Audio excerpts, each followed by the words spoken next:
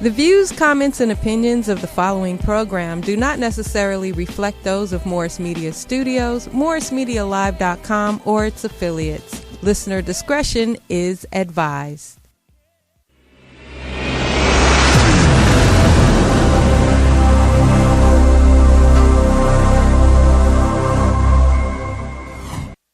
Yo, yo, yo, yo, yo. What's up? It's your girl, Chelle. Man, I missed y'all. I'm so glad. Thank you to Morris Media Studios for letting us come in here because just like you watch the news, we are media as well, giving you an adverse perspective and some time away from the panic. You feel me? Anyway, I missed y'all. You already know this is my favorite day of the week because of you all and because we bring somebody different from our community in here and we get to meet them. Today, I'm honored. I am very honored that this person came in. Please welcome to the show the new host of Politic and Lynn, L.A. Lynn in the building. What's going on? It's Politic and Lynn. What's going on? Thank you so much for coming. Thank you for inviting me in this crazy time. I'm out here risking my life. I know. I mean, that's how important it is, right? to speak your voice and absolutely. And that's part of politics. You know what I mean? Having trying to be silenced or being fearful of, That's true. That's true. Media is a really big thing that needs to be happening right now, especially Black media. Yeah. People hearing not only what they're feeding to you, but also listening into like what they need to know for themselves. And that's a lot of times our community, we don't have that. We be on the shade room or whatever the case may be, and it's just like at the end of the day, we really want to, get the information that's necessary. Facts. I want to give a huge shout out to Dorky Nerd Apparel. I know y'all see me dripping. I hope I don't drown y'all. I feel like it's a lot of water over here. It is fly. For the hoodie, this is a hoodie and a hat. I put on my Dorky Nerd glasses to match. Make sure y'all visit and support our small Black queer businesses in this time right now, especially when you get your stimulus check. Absolutely. You feel me? Absolutely. Make sure y'all go support, buy something from everybody if you can. Little by little. Little by little. If you can, support where you can. Man, so affected right now by what's going on. Man, we got the COVID-19 epidemic going on right now. What do you like about COVID-19? It's some perks. It is. It's some perks right now. I can get anywhere in Los Angeles in 25 minutes. That's probably the best perk. It made me feel like, I really like living here now. Yeah, right. You can get anywhere. I'm telling you, but that's probably one of the best. And then also, people seem a little more kind. Sometimes I go out. Me and my girl, we go out for walks and stuff, and it's just like people are they keep their distance, but they're like, oh, hey, you out here? You doing stuff too? You've been inside, so it's just like everyone's energy is a little bit different, I think. That's funny because I'm starting to feel it's like the opposite. People are more distrustful. You can't cough in public right now. If you cough in public, it's a wrap. But don't cough in public. Don't alarm anybody in the grocery store. We're already on edge going to the grocery store. It's like you coughing in here, just go back to the car. You know what I'm saying? That's just hilarious, man. Things I like about it right now, if you go outside, it's so beautiful. It is. It's like we cause a lot of pollution. We do. And right now, it's no pollution going on. I know. The air tastes different. It do. I always talk about, good air cities, who got good airs. We never had it. We never had it. Yeah, we got some right now. We got some good air right now. It's fire. It's fire right now. I like that. I like even though social distancing in public is kind of weird to me, I'm still trying to get my mind around the tape lines that are 6 feet away and how we're in the same building. But it's this is an airborne thing. So even if I'm 6 feet away, well, whatever, I'm going to do it. I'm going to stay at the sticker. I do like the space. Back in the day, you would be in line, people would be all up on you. That's true.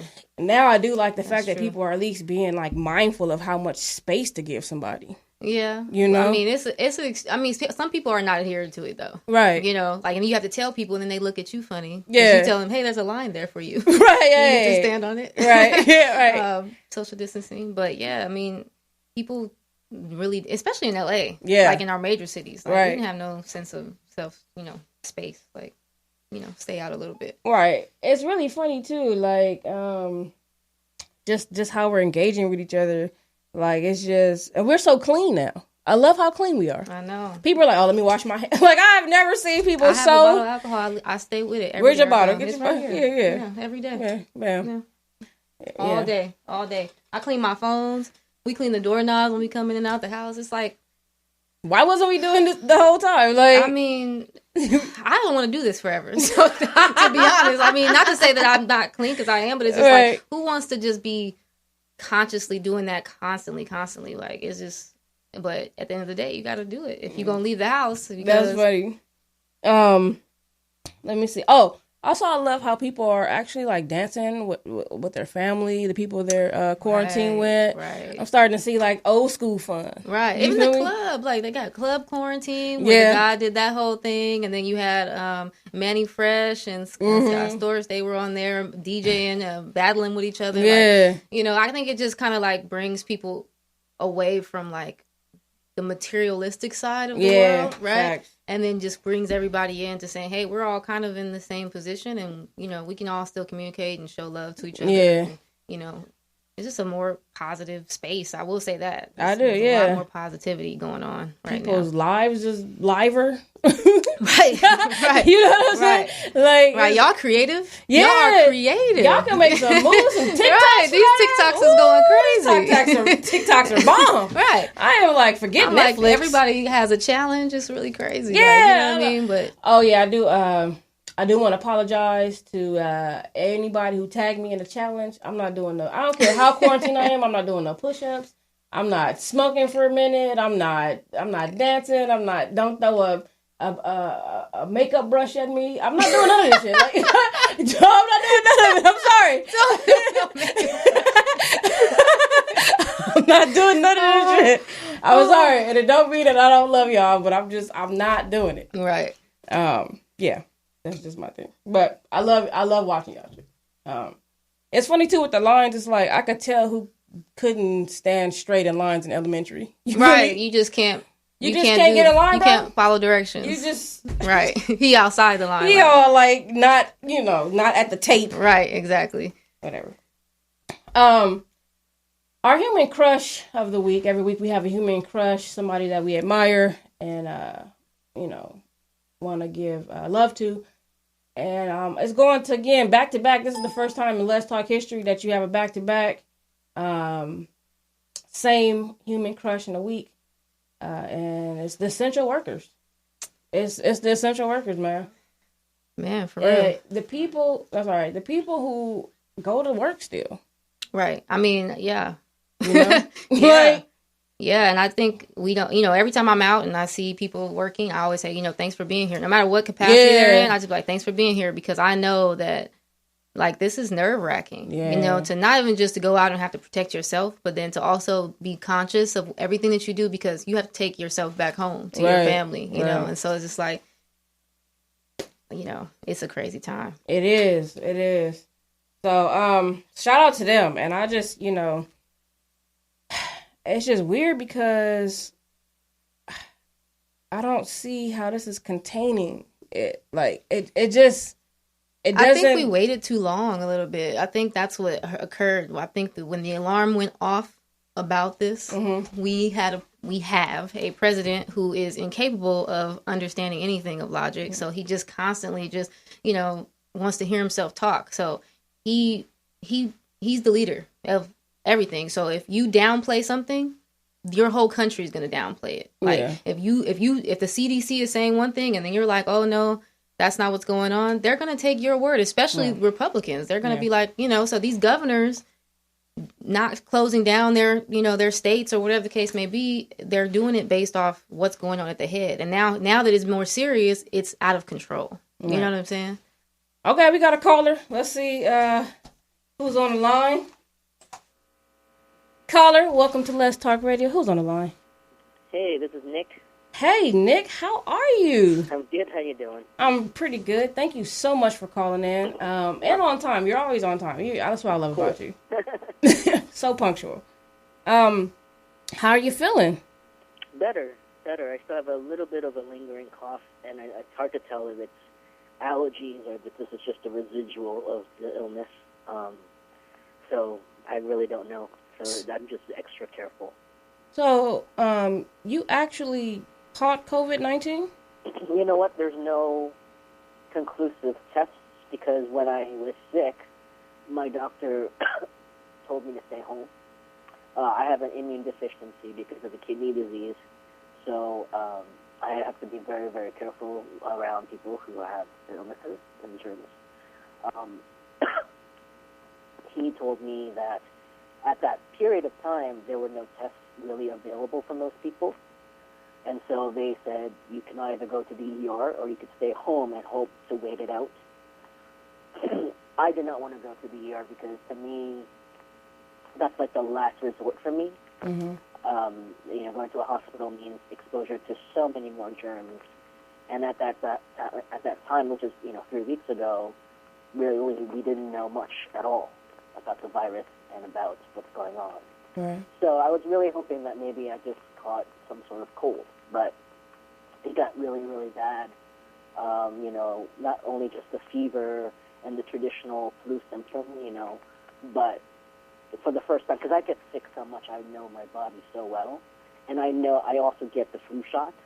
So, I already had been sick in October and November with the flu.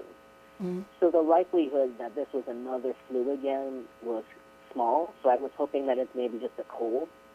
But then I had a fever, and then I believe by, I wrote everything down because I was so surprised at my symptoms, and I was really worried because, living by myself too, I thought to myself, what if something happened to me? I want to be sure that there's someone that knows, like, this is the progression of what happened to me, Right.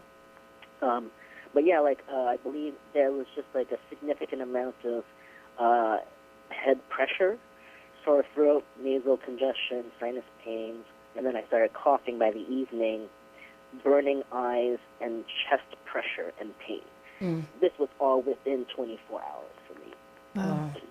That's And then crazy. by the second day, my fever went up, and then I literally was gasping for air. So that's like what I was able to write down. Wow. All And this that- time, you're still not diagnosed, right? Exactly. And I was very good about emailing my doctor every day with updates because obviously they didn't want to see me. They didn't want me to go in. So everything was via email, giving him all the symptoms, asking him what to do. The one really lucky thing for me is because I do get sick so often, I had every medication I needed. I had my inhalers, 2 types. I had my nasal sprays. I had everything I really immediately needed to get better. So I immediately started taking it, like literally the first day, the first sign of symptom, I started taking my medication. And I think that really helped me a lot.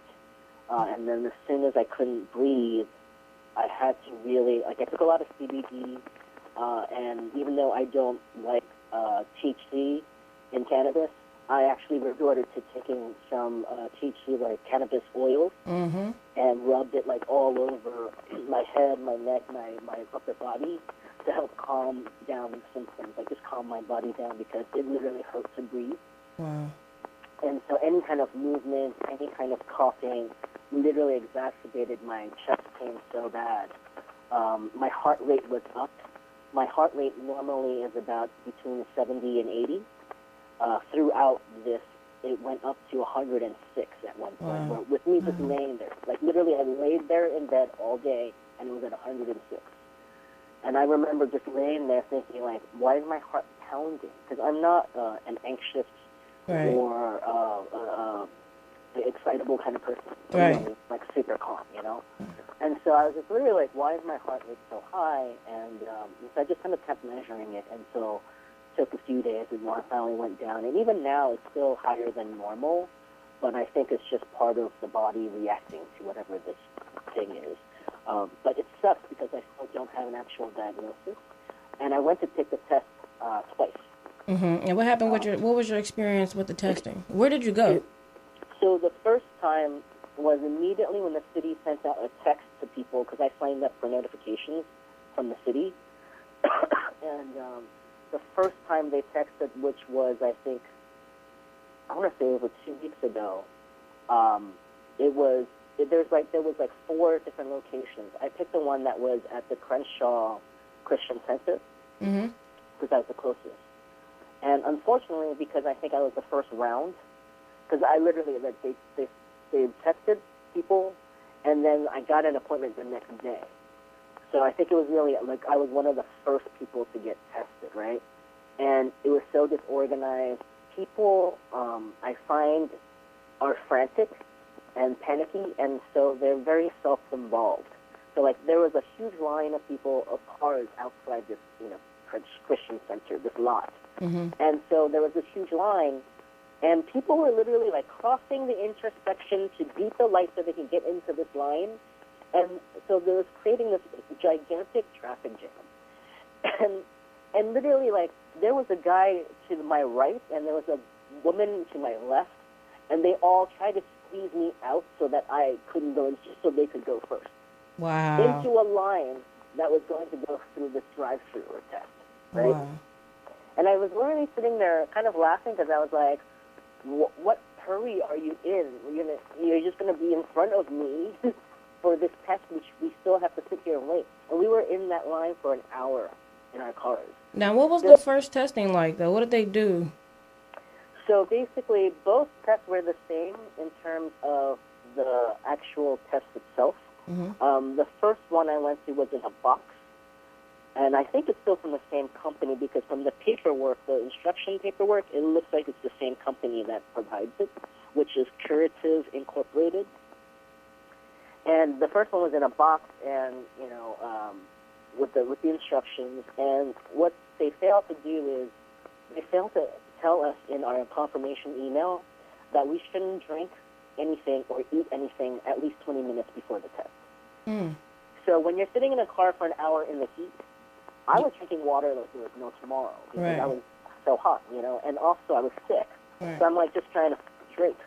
And so by the time I got to the test, when they give it to you, once you're in and they give you the box, it was literally like, 10 minutes out the door.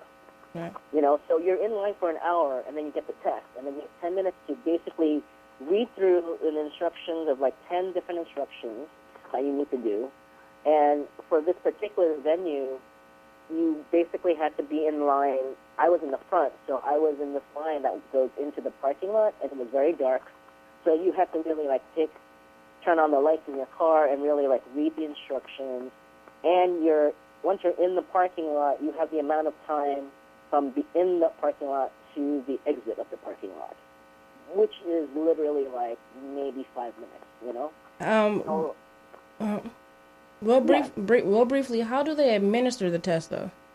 You do it yourself. And what do you do? So basically, in your box, you have a swab, you have a vial, you have 2 bags. So, in this test, it was a box and then 2 bags. You have a specimen bag, and then you have a bubble wrap bag that you put the specimen bag into the bubble wrap bag, and then you roll it, and then you seal it, and then you put it back in the box. And what you do is you take the swab out of the package, and you swab your left cheek, your right cheek, and then the roof of your mouth. And then you put it into the vial, and then you snap off half of the swab, and then you close the vial. Now, in the second test I went to, which was at the LA Fire Department by Dodger Stadium, which was way better organized. It was flawless. Like, I was so impressed with how they organized it. It was literally half an hour from the moment I arrived to out the door. Okay, and it was the same way? No, that was last week. So that was like a week later I was able to get the second test. And what were the conclusions on both the tests? So the second test, I haven't gotten the results back yet, but the first test came out negative. So part of the problem was then I heard that there was a whole ton of false negatives. And I don't know if it was because maybe a lot of us didn't know about the drinking and eating, so that could affect results. Okay. Secondly, it was just kind of a mess in general. Like, I don't know if they had maybe user error on their end. I'm not sure. I can't speak for them. But what I do know is that when we got our results, we got it in a massive group email from the city of LA. And whoever, I forgot the person's name, whoever's job it was, I think they forgot to BCC everyone. And so we were in this massive group. Are you serious? Like a city? Yeah. Oh, no, that's out. Hundreds and hundreds of people Oh, that's out. on this email. And they were replying? Oh, no. Oh, you don't even... I already know. I already know. It was crazy. I just kept my mouth shut because I was like, I don't want to get involved. Yeah, but that had to be irritating. Replying all and complaining was literally like perpetuating the whole issue. It was crazy, but in any case, they caught the issue. We received multiple emails after that from the city apologizing. I'm sure. Yeah, but you know, at the end of the day, I talked to my friend and I talked to my doctor, and basically it was like it was worth taking it again just to be sure, you know.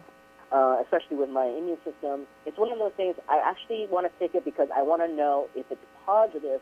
I would be more relieved because then at least I know I've had it and I know what to expect.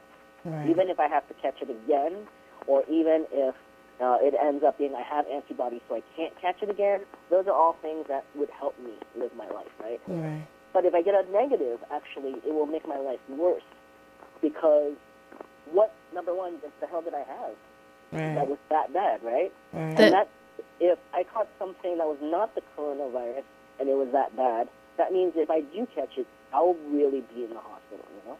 Yeah. So, well, thank you so much, Nick, for sharing your story and taking the time out to call in and give that first-hand experience.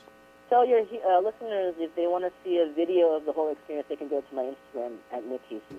There we go. Nick Casey, the picture is up and the ID is already up on the screen. Awesome. If you want to see a video of that, go to their Instagram. Nick, you know I love you so much. I love you too. Thank you. Thank you, and feel better, okay? Sending you healing vibes. Thank you. Take care, everybody. Okay, stay home. Wow. That was wild, you know. Very. It's just a alarming, some would say. Alarming. Of the disorganization with this. I don't know. I feel very just blindsided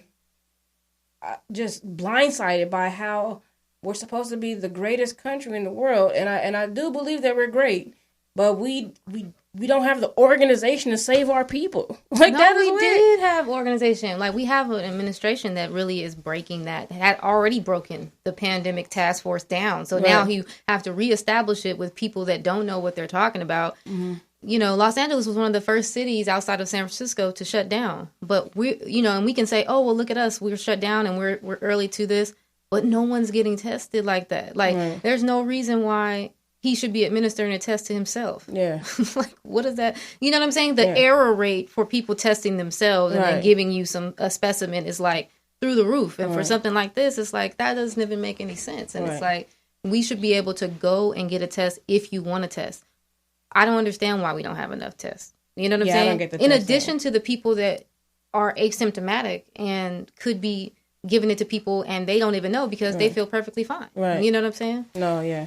They're if you go to the hospital, they are taking your temperature.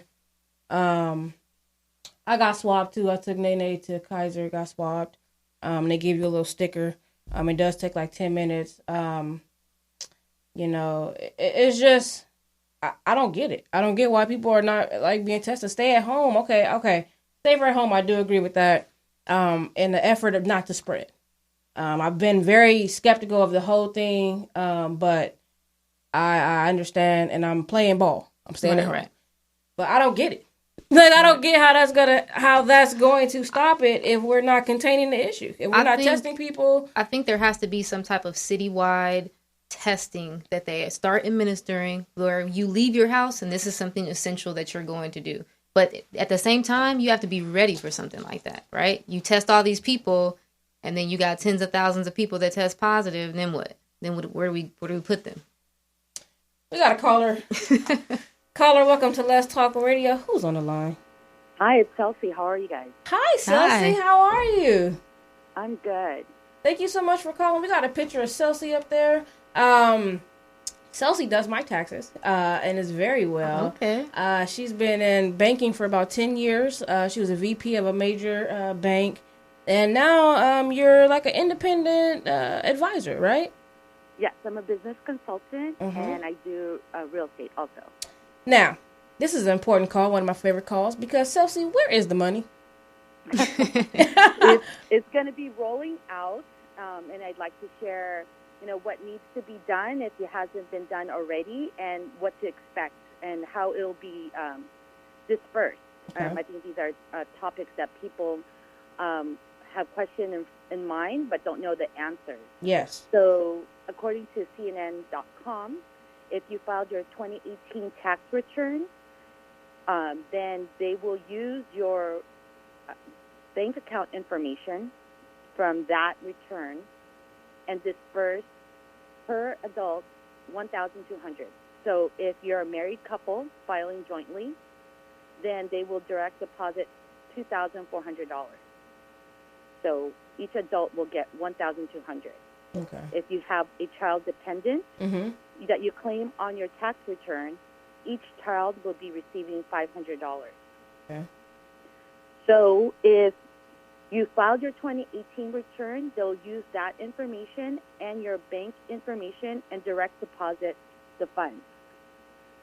Now you might ask, if you don't have a bank account and you receive a check, then it'll take a little bit longer, because then you'll get a check in the mail Okay. for your stimulus. Okay. Now, So, go ahead. maybe a concern would be if an individual says they owe back taxes.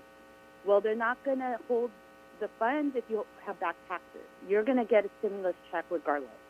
Okay. Now, my question about the stimulus check, because I don't know if this is false information or not, but does it have any weight on your taxes next year? Meaning, is this just an advancement? It's not an advance. It's a relief. Okay. Because of the state of our economy, there is a relief available. And the individuals that would qualify have to have a gross household income under $75,000. And if they make over $75,000, then it'll reduce the amount they'll receive, and it caps out to households can't make more than $99,000. Okay. So, majority of us will receive a stimulus check. Okay. So $2 trillion is going to cover the country, you think? It's what they signed off as a bill, so they will cover. That's why they have a cap on the income. Okay. So the main thing here is that if you need this relief and you haven't filed your 2018 return, you need to file your 2019 return. One of the two will help you qualify. If you're late on taxes and you didn't file either one, then file the 2019 return. And is there a deadline? What's the deadline for that? The deadline is extended to July 15th. Okay. But if you file today, it'll be in the system. I mean, you want it to be in the system as soon as possible so that you could get your relief sooner than later. Right. Now, what about these loans? So a lot of my audience is they're small black businesses, queer-owned businesses who rely on vending to make money and events, and they're not reaching their audience the way they used to. And even a podcast, like here. I have employees that I pay and people that I pay. Do I qualify? Do they qualify for the small business loan that the banks and, that's also approved by the banks and the government? So the relief for business owners, there's two programs. They have a payroll relief fund. That means if you have employees and you could demonstrate that you're to the government, to the SBA.gov is your reference point if you want to read about qualifying for a loan through the government. Okay. You would need to demonstrate that you issue payroll. Mm-hmm. They'll also cover relief if you have to pay a rent. So, in this case, if you're renting studio space, then if you could demonstrate that you're paying rent, then they'll also give you a loan to pay back rent. And So these items are on SBA.gov. The main two things I think that would assist the business owners to demonstrate that they have payroll and, they have to pay rent. And that way the government will extend a loan. Now, the process of applying, what people don't understand is that you could get the information through SBA.gov, but the faster way to get your application reviewed is going directly to your bank. Go directly to your bank. And for the second time, what's great about this and you calling in is that for people who need assistance or need some help filing it out or understanding, you offer that service, right? Correct. They could go to my website. It's right there on the picture? Correct. Uh-huh. So if they have questions and understanding how to complete the application, we could guide them through this or at least clarify what information they might need. The best thing to do if you have questions and you want to apply for this type of relief or government assistance is that you're prepared to submit your application in full documentation. So there are documents that you need to show that and demonstrate to get the relief. Like I mentioned, two, which is, maybe a lease agreement to show that you're paying rent or past, rent payments, and proof of payroll so you could get the payroll relief. Mm-hmm. Now, the people that qualify for this type of assistance could be a sole proprietorship. Oh, cool. Right? Mm-hmm. So like you said, you have friends that do vending. If they're receiving 1099 income, mm-hmm. or they have a DBA filed and claim a business on their tax return, they could show and demonstrate that they're truly running a business. Mm-hmm. There is a relief for them up to $10,000. Okay. Well, again, contact Cecily. Thank you so much for calling in. I appreciate that valuable information. And I am vouching. She is very knowledgeable and very on it. So if you guys want some help with this situation, contact her. And thank you again so much for calling in. There's your money. Thank you. Thank you. Nice. You too. You know what I mean? I'm trying to get y'all the money. So,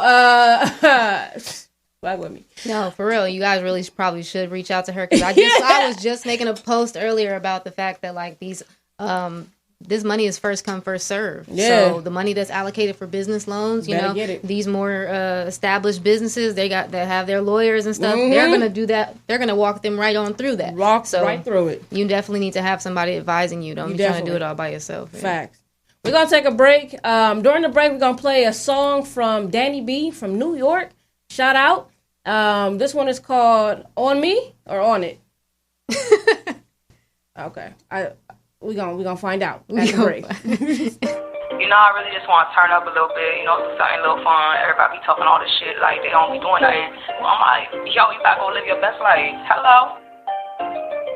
Turning up, ooh, I'm doing me, turning up, y'all just gonna see, turning up, yeah, I'm doing me, turning up, yeah, y'all gonna see, it's on me, just like show and tell, it's on me, I'ma go and do it well, it's on me, just like show and tell, it's on me, I'ma go and do it well, turn it up, yeah, we turn it up, turn it up, yeah, we turn it up, don't stop, yeah, get it up, pour it up, yeah, we turn it up. I couldn't trust an enemy and I'm just doing me. I mean, it's been a long time since I've been happy. I got bad bitches that be all around me. Sometimes I just feel like I'm just lucky. You couldn't understand it, but I'm really coming up. I mean, it's been a long time and you got me fucked up.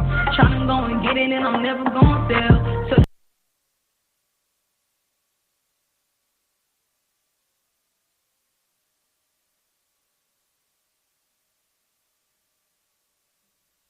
Yo, we're back. That was Danny B from New York with On Me. We'll play that again on the way out. Thank you so much. That's an exclusive right there. So go follow them on IG and their music. Welcome, Lynn, to the show. We've been really politicking, man. Politicking with Lynn right now. That's what it is. That's what we're doing. We didn't talk to somebody who's went through the testing that might have symptoms of it. We talked about the money. We have a call right now. We're going to keep this one short, and we're going to get to know you and your politics and what got you started with politicking with Lynn. All right. Caller, welcome to Let's Talk Radio. What's going on? Who's on the line? Hey, Chelley, Chelle. This is Michelle Nicole. Hey, Michelle Nicole, how are you? That's Passion and Power, her picture.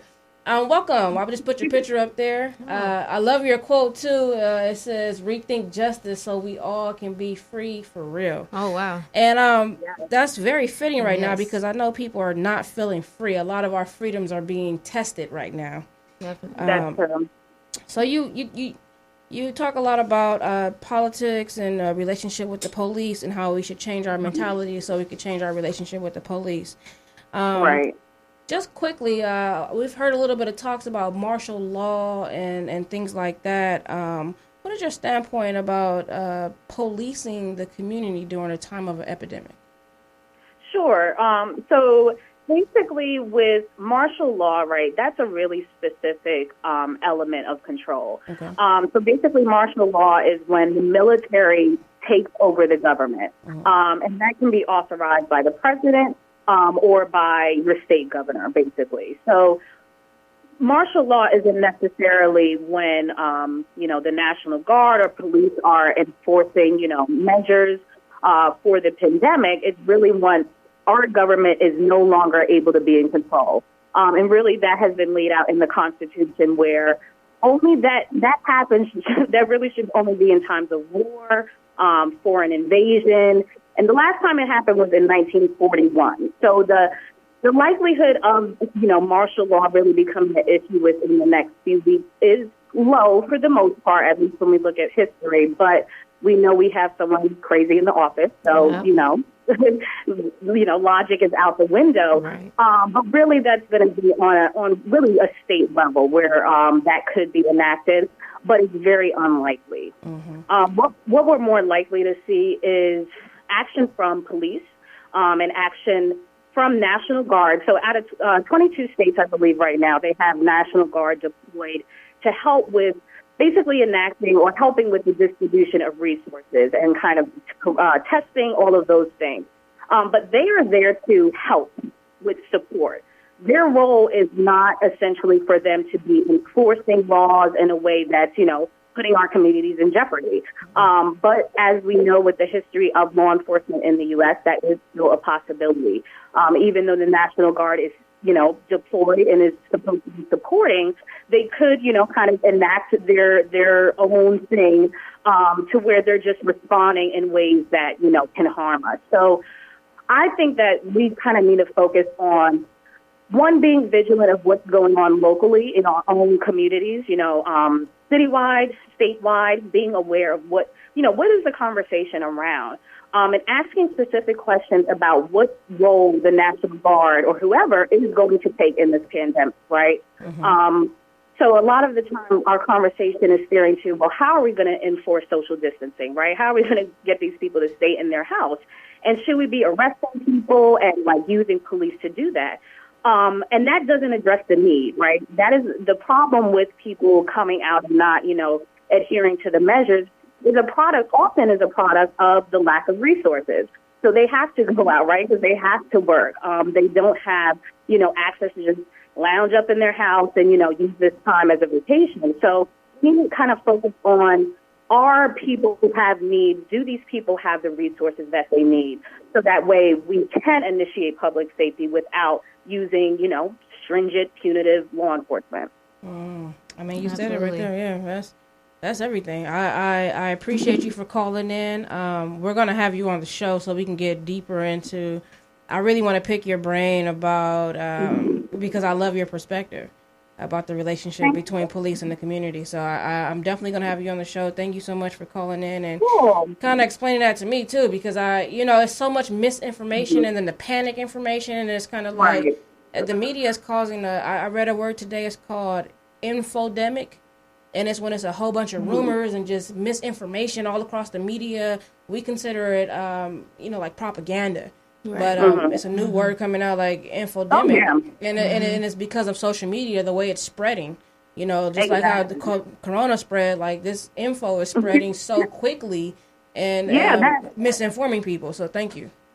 Yeah, no problem. That's a virus in and of itself because, Exactly. you know, when we talk about state control, right, that is initiated oftentimes from the public's fear of something, Yes, right? right. You're drugged up with fear. They're telling you, well, since you're so fearful, we need to respond in this way. But we need to be informed enough to understand that that's not the way, you know, that they can, you know, kind of address the pandemic and still keep us safe and to where we're not living in a police state.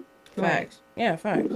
You are so amazing. Thank you so much, Michelle, Yeah, for calling thanks, in. Michelle. And if you guys want to find out more about how you could kind of change your perspective, I had to get that, about with the relationship between the community and the police, please follow Passion and Power. Some amazing views, some amazing things going on over there. Thank you so much again for calling in. Thanks so much. Appreciate it. You guys have a good night. You too. All right, you too. Bye. All right, bye. Man, 3 good phone calls. Great phone calls. Great perspectives. Yeah. Different, you know, I thought that was important. Instead of me babbling how this is all bullshit and the government and shit, I wanted exactly what you was gonna do. I know that's what I was gonna do. But I wanted y'all to get some facts because this pandemic, like I said, the infodemic is really happening right now, and we have to be vigilant. This is media as well. We have to be vigilant in giving an adverse perspective. Right. So is that what inspired you to start Politicking with Lynn, your podcast? Which can be caught every...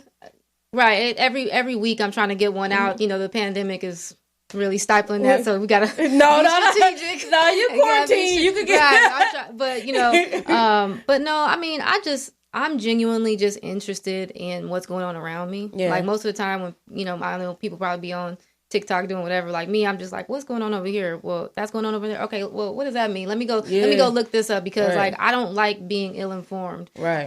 And because I'm like that, I talk to people that I know a lot about some of these things, you know, and then people always tell me like, oh man, you always politicking. Like, you know what I mean? Like, you always politicking, like, you know, and so I was just like, you know, I really should just, after people kept telling me that, I was like, I should just start a podcast and just start talking about, you know, my perspective about what's going on, politic with different people. The whole point of Politicking Land is that I'm Politicking Land. Someone comes and they come and politic with me about it. Right now, you know, it has been heavily about like the coronavirus and what's going on right now with the pandemic. But ultimately, I wanted to be a platform for Black people to come on, just like, you know, the guest that you just had call right now, and just be able to just talk about those types of things and just politic with Lynn and get the information out in a more easily digestible way. You know what I mean? And that is so important right now. Yeah. You know, I was in my mind when you started, I was so excited. I was like, oh, this about to be like the Black CNN. Right, like, we about to be on. I'm trying Black media, man. You know what I'm saying? Right. Because what you said was, your tagline is so real. Like, everything is politics. Everything is politics. And it's happening all around. Even this pandemic, it's politics. Yeah. They're playing a game. All these games you think people are playing in government, it's just politics. Yeah. You know? And it's, if the word game is problematic for you, like playing a game, think about it like this. It's not a game then. It is politics. Everything from the water that you get into your community is politics. The food that you receive at your local grocery store versus to the Whole Foods in Culver City, vegetables. I was so mad one time when I was like 21. I went to Whole Foods for the first time and heard vegetables I had never heard of before in my life. It's even a difference if you go to the Ralph's that's in Inglewood on the bottom, and then you go up to Ladera, and it's literally like a mile away from each other. Two totally different grocery stores. That's politics. As far as who's getting tested and who's not, that's politics. Definitely. Trump is not even answering certain governors' phone calls. Michigan can't get no love. I think Washington State can't get no love right now. To give him some type of appreciation. Like, I've heard this man, he said he's #1 on Facebook. I was like, sir. How does that help us? How are we? What is that? You know what I'm saying? Like at a pandemic, task force meeting, press conference, they're like, the reporters be like, I just got to ask what I have here because I can't even respond to what you're saying because this doesn't make sense. So it's just like first of all, those daily briefings are everything. I try. It is the only thing that's keeping me getting through Corona. It's hard. Right now. He's attacking people and just. I love it. Buffoon. You do fake news. Hey, are y'all watching this shit? Like right. every press conference, he's like, "This is better than you've ever seen. No country is doing better than this." The biggest. He knows all of 7 words. So I know. He reuses those same ones. Said, one time he was reading something. He was supposed to be giving us facts, and he was like, "Yeah, this is working so good. We're doing you know what? If you could see this, you would be amazed. I was like, tell us, like, how good are we doing? Because it doesn't seem like we're doing. We're good. not doing good. He just, you gotta understand, like and a lot of people don't like to talk this way, but really he's a narcissist in itself. So it's like he's not able to rally right now. Mm-hmm. He's not able to get the attention that he wants. So now he has a press conference, a press briefing every day where he comes and he's just like, look, and then he wants to go on his Twitter and start talking about the ratings. Like, sir, you're the president. We're trying to get information, sir. Of course we're watching. Like, hey, but you know what? His homie Putin sent us a. That scared me. I put that up. I was like, put your mask on. I was like, put your mask on. I don't know what's going on. Putin sent us the mask. Is this like when they gave the Indians the blankets? I'm just trying to figure out, like, since when does the Kremlin do nice things? I was like, I don't know. This plane shouldn't have been over here. No.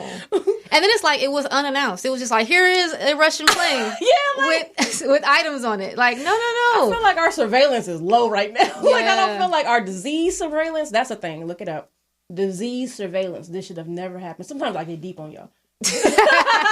Just in the middle of nowhere. The disease surveillance is a thing. I don't just be talking shit up here. Like, I really be reading this shit. She do be looking this up.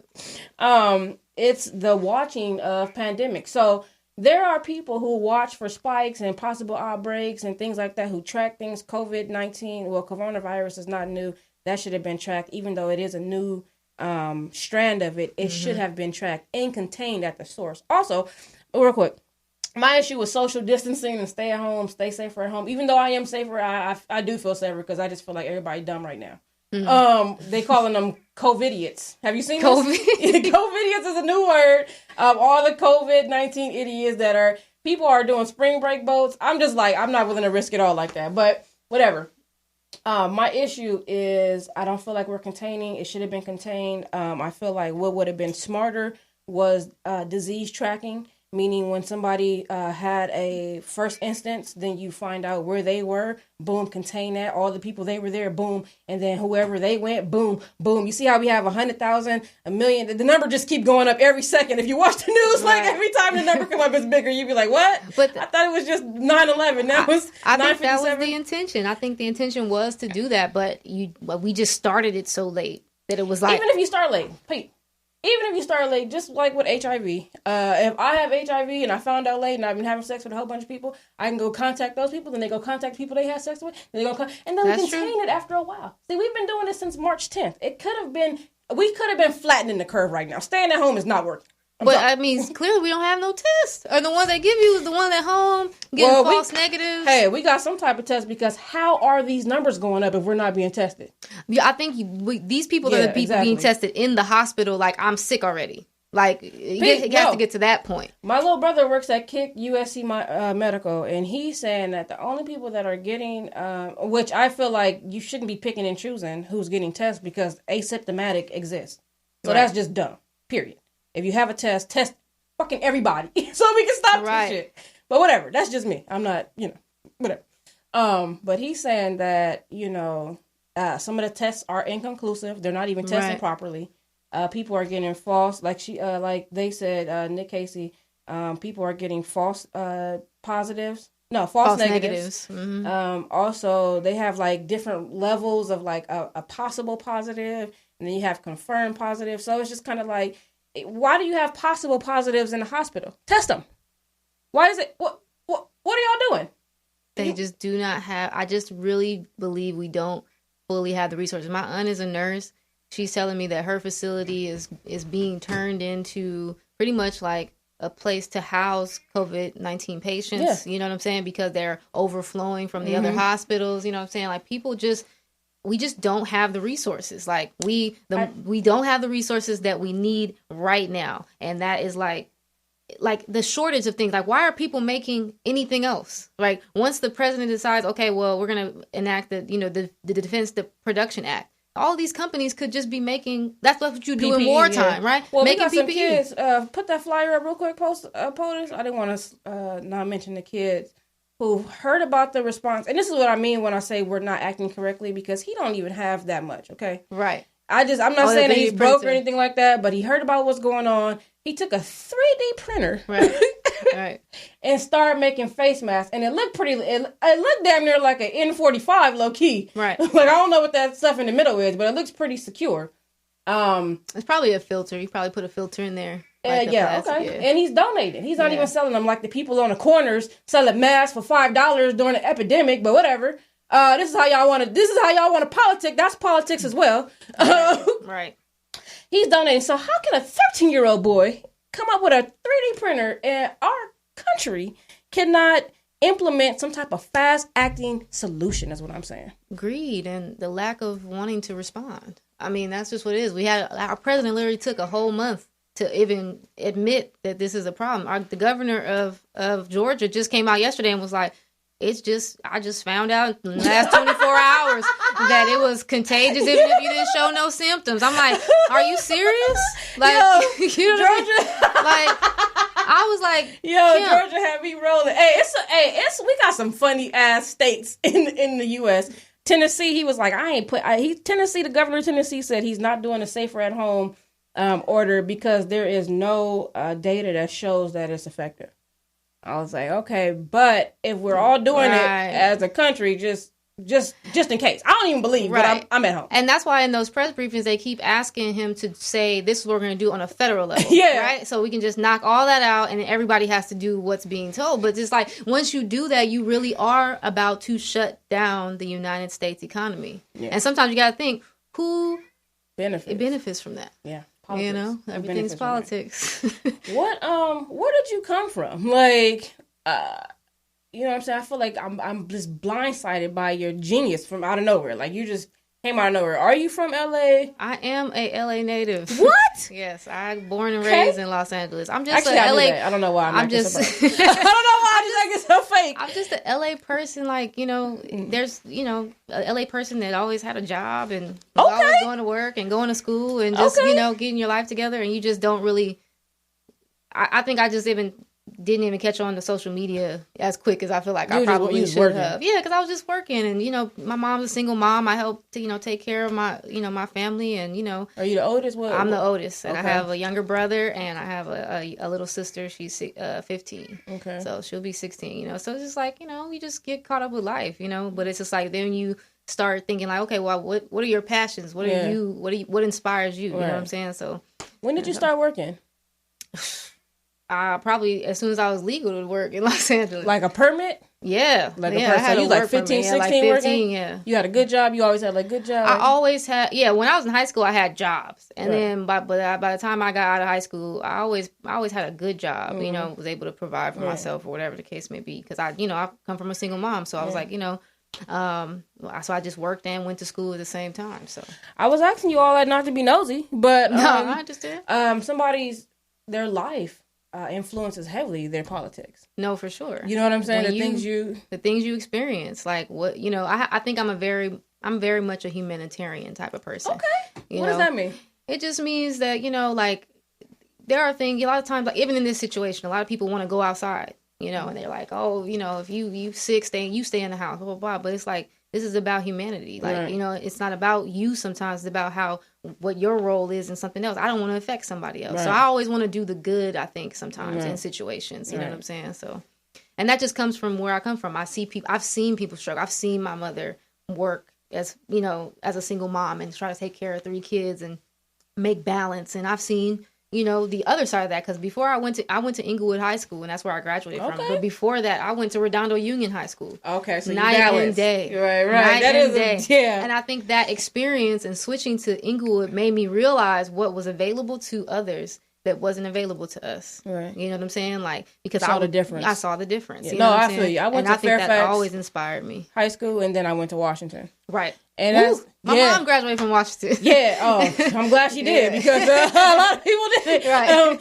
That's a wild school. That's a wild It was, school. But I came from Fairfax where everything was all like pinkies up, like, oh, and then can you believe they don't have any ice for us? And then this is ridiculous. Like, you know, and then I went to Washington and it was like, we didn't even have fountain, like soda fountains in there. I'm like, where's y'all? Yeah, they took those out. Yeah, I was like, where's the, y'all don't have to, where's your cup of noodle machine? And none of that. Yeah. And we had to pay for our uniforms. That Fairfax things were handed to us, given to us by Nike. Yeah. Like, but at Redondo, if you know before, and if you're thinking about it now, it's like, oh, of course. But back in the, back when I was in high school, it was like if you needed a laptop or something like that, or computer, they're going to loan it to you. Yeah. You know what I'm saying? In the early 2000s, they was like, oh, you need a computer? Don't worry. Right. We'll make sure you have the tools that you need. Facts. Whereas in Inglewood, you have to go, ask around, but it's like the resources were there. Yeah. You know what I'm saying? But I think that it just wasn't shown in the same way than it was when I was going to Redondo. So that really like changed my perspective too. Mm-hmm. When did you make the connection that the things that you were experiencing and seeing were politics? I probably always knew that. I probably should have been a political science major. Mm-hmm. I've always really been. We all should be. Right. Low-key, also real shit, that's the only major that makes sense. Right. So like just in history or, political science, government, economics, I was always very like interested. Like I was that kid, like, so if you're telling me, so this is how I always wanted to know, you know what I'm saying? So it was just, I've always been like that. So. And you know what's crazy? Because I have been into politics and didn't know that I was into history. Right. And history is politics. I'm into history heavy. I'm a historian. Tell a story. Yeah. Tell a story. I'm a historian. And so, like, when I see history, like, that's why my perspective on COVID-19 is so skeptical, because historically, America's been about that bullshit. You know what I mean? Like, historically, it's always been about money. Yeah. And it's always a backstory. It's always something else. Like, the reason why even the slaves were free was not even free for humanity. It wasn't for that. It was for, political to shut the South down because it was too powerful. Exactly. So, it's so funny that history really is politics, even though you have to go to school and study history and then political science. Like, it's different. And then you go to political science and they're telling you a bunch of history stories. Right. And how you deliver that information is important too. I love talking about history, but just talking about it. Yeah. And just conversing and telling the story. And I'd be like, because that dude, he was really wild. Yeah, like, you know what I mean? And then people really be into it. Like, they be trying to give it to you in this real bland, no seasoning manner. No, that's out. And then people... Are you going to... Look, you should add that to your... and I hate when people do that to me, put that on your podcast shit. But... a history story in layman's terms would be dope. I do that all the time. I'm telling you, I have references to tell you that I really do that in real life. That would be dope, because that I had an Asian teacher who told us like that, and it was kind of scary because she was giving it to us raw. Yeah. History is low-key is a whole bunch of genocides. It's really scary if you really. But so I like that. So I hope you. I think so. Add I think that type of knowledge to that. Yeah. That would be fun. We should do it together, and then you can actually do your own. I got some stories that's hilarious. Like, and I'll tell it in layman's terms. Why do you think Black people don't take politics seriously? Like, I legit hear Black people say they don't want to vote. They're not going to vote. I've even said it before, because they feel like it doesn't count. Why do you think we feel so disenfranchised? I do. I mean, because we are. Okay, that's an honest answer. Yeah, but I mean, also, we're heavily focused on like general elections and the president. We don't understand that, that's important. Who's leading the country is important. But the judicial branches, who becomes federal judges, who, is in the Senate, who's in the House, these people are important because these are the people that represent you. So a lot of times, like, we riding down the street and you see, just random representatives and stuff like that. You really should, if you live in that neighborhood, you should be like, let me go look this person up. You know what I'm saying? Because that's going to be on the ballot that they send you. And this is going to be the person that's going to be responsible for getting you what you need in your community. Yeah. You know what I'm saying? So it's just, but we don't get that information. That information isn't readily available. On mainstream, you'll get regular politics. Right. You'll get, what's going on in Washington, but you don't necessarily get what's going on in Inglewood. Yeah. You don't get what's going on in Compton. Right. Like, you have to look for those things. And if you were to look for these things, the things you would find will change your life. You will be like, oh, I have to pay attention. Well, now you can find these things on Politicking with Lynn. Make sure you follow Politicking with Lynn on IG. Spell that for me. POL. Well, it's politic in and then LYN. Yeah, that's the best way to put it for y'all. I hate to put the pressure on you, but your podcast, I foresee it being so informational, so educational, so necessary. I'm putting work into it. I know you're gonna do it, and you're so on it. And you have this information, and I just can't wait to see you blossom and the podcast and blossom. Thank you. Real quick, what are your hopes for Politicking with Lynn? Where do you see your podcast? I think I really do want it to be a layman's terms political page for us. You know what I'm saying? Like, I wouldn't mind being in spaces where I'm interviewing people that are, you know, that are in those chairs. Like, okay, well, today I'm going to have on this representative that's going to be in this district. You know what I'm saying? And if you're in this district, I want you to tune in and I want you to ask them real legitimate questions in a progressive, you know, liberal manner where you don't have to be on TV and it's like, you know, being super political. You know what I'm saying? So no, facts. And I do see you doing that. I cannot wait. Make sure y'all follow Politic and Berlin on IG. Thank you so much for coming on. Oh, I appreciate it. I thank you for having me on. Thank you for letting me be a part of it. Nah, man, it's all love. Thank you so much for all your help, too. LA Lynn helps out a lot with Let's Talk behind the scenes, so thank you so much for all your help. You're welcome. All love all the time. That's right. You know what I'm saying? And we're going to play Danny B on the way out on me, baby, all the way from New York. Pump that POTUS for me. You already know this is Chelley Chelle, and I love you for real. You know, I really just want to turn up a little bit, you know, something a little fun. Everybody be talking all this shit like they don't be doing nothing. Well, I'm like, yo, you better go live your best life. Hello? Turning up, ooh, I'm doing me, turning up, y'all just gonna see, turning up, yeah, I'm doing me, turning up, yeah, y'all gonna see, it's on me, just like show and tell, it's on me, I'ma go and do it well, it's on me, just like show and tell, it's on me, I'ma go and do it well, turn it up, yeah, we turn it up, turn it up, yeah, we turn it up, don't stop, yeah, get it up, pour it up, yeah, we turn it up. I couldn't trust an enemy and I'm just doing me. I mean, it's been a long time since I've been happy. I got bad bitches that be all around me. Sometimes I just feel like I'm just lucky. You couldn't understand it, but I'm really coming up. I mean, it's been a long time. You got me